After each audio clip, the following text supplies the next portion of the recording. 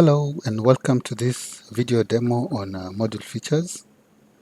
By definition, a course module in SPU distance learning terms is basically this is self-study course material which is provided to a learner to facilitate them take a course unit.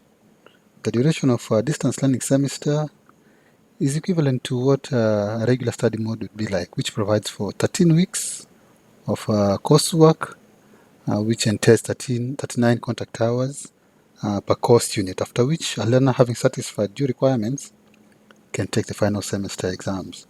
Well, this follows then that the 13 weeks for distance learning program provides for up to 13 topics or lectures or chapters, if you may, so that 13 weeks, the structure of the module is such that the content is covered in 13 weeks. In cases where there are fewer topics or broader topics, they should be structured in such a way that within the 13 weeks, however material there is, that should be covered within that scope of time. The topics would cover, there would be an introduction. Every topic or a lecture would have an introduction. Expect learning outcomes explicitly stated. And then again, there would be appropriate symbols and illustrations in the lecture as well. And the layout and numbering would be consistent. Meaning that if the style that is adopted, if the module writer decides that I am going to number using Roman numbers, that should be consistent through and through. If I'm bulleting my points, let that be so. Depending the style that one picks, then let that be some semblance of consistency. The layout, for the layout, we will be provided with a module template which already has some predetermined styles. So once you have your working document, you have your sources, you just have them copied onto the template, and then with the predetermined styles, then it will be easy to work around and have a standardized modules at the very end of the process.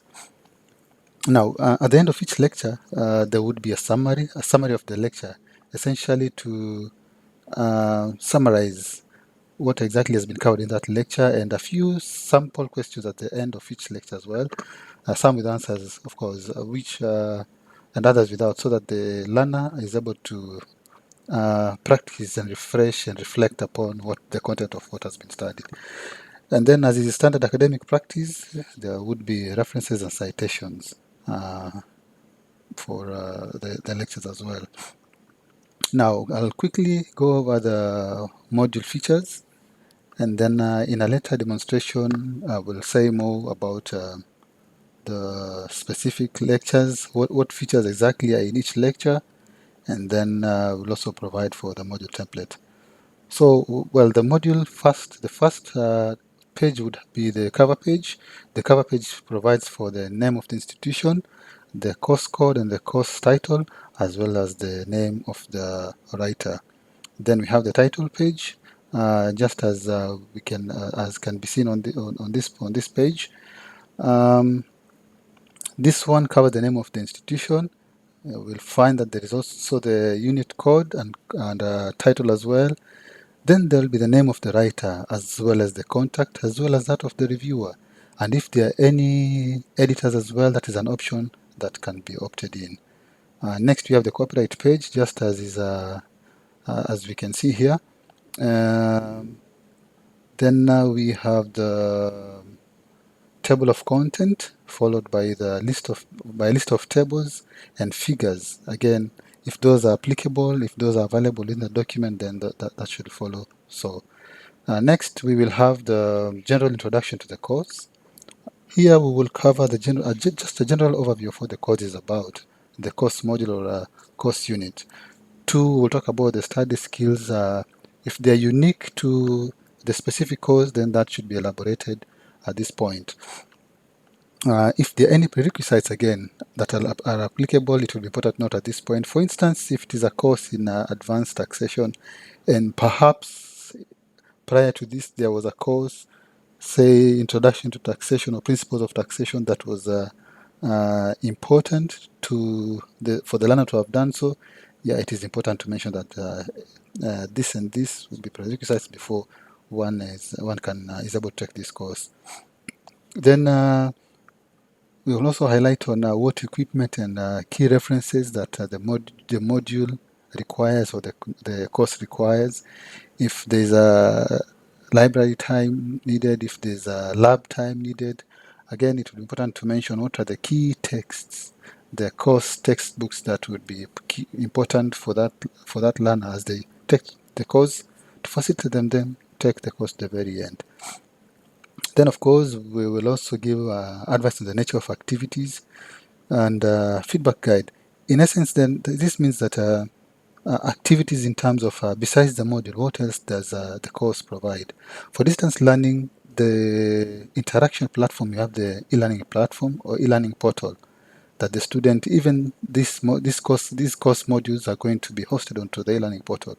So it will be important to mention that there's going to be interaction on the portal and such and so on. Feedback guide in terms of we're going to use email, discussion forum, and so on. That also can be mentioned in the general introduction. Again, it would also be important to mention this on the structure of the module, indicating how many lectures are due for that course. Like I earlier alluded, we provide for up to 13 lectures.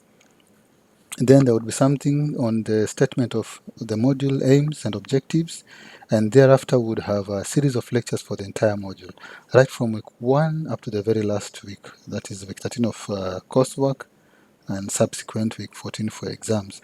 Again, it also provides for, we need to provide for cards and assignments, which of course these ones are due to make the course wholesome and to fulfill the requirements for the course. Now, the first column would have the numbered week, so that for week 1, the second column, subject to week 1, will have the title of that lecture.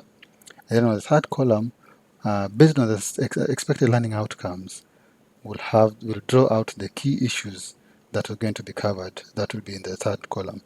That would happen subsequently for second, third, through to the very last week. So this essentially, when someone gets to the course content table, it gives someone a quick glance and sees, oh, this is what I'm due to cover, and so on. Basically, more or less like a checklist of the course. Then there would be a general bibliography for the course module. There would also be self-assessment questions at the end of every lecture, basically for reflection purposes and to review, for the learner to review and see, to keep abreast of what the lesson has been all about. Now, at the very end of the module, then we provide for sample examination standard questions, so that then the student gets the gist and gets to have an idea how this course is due to be examined.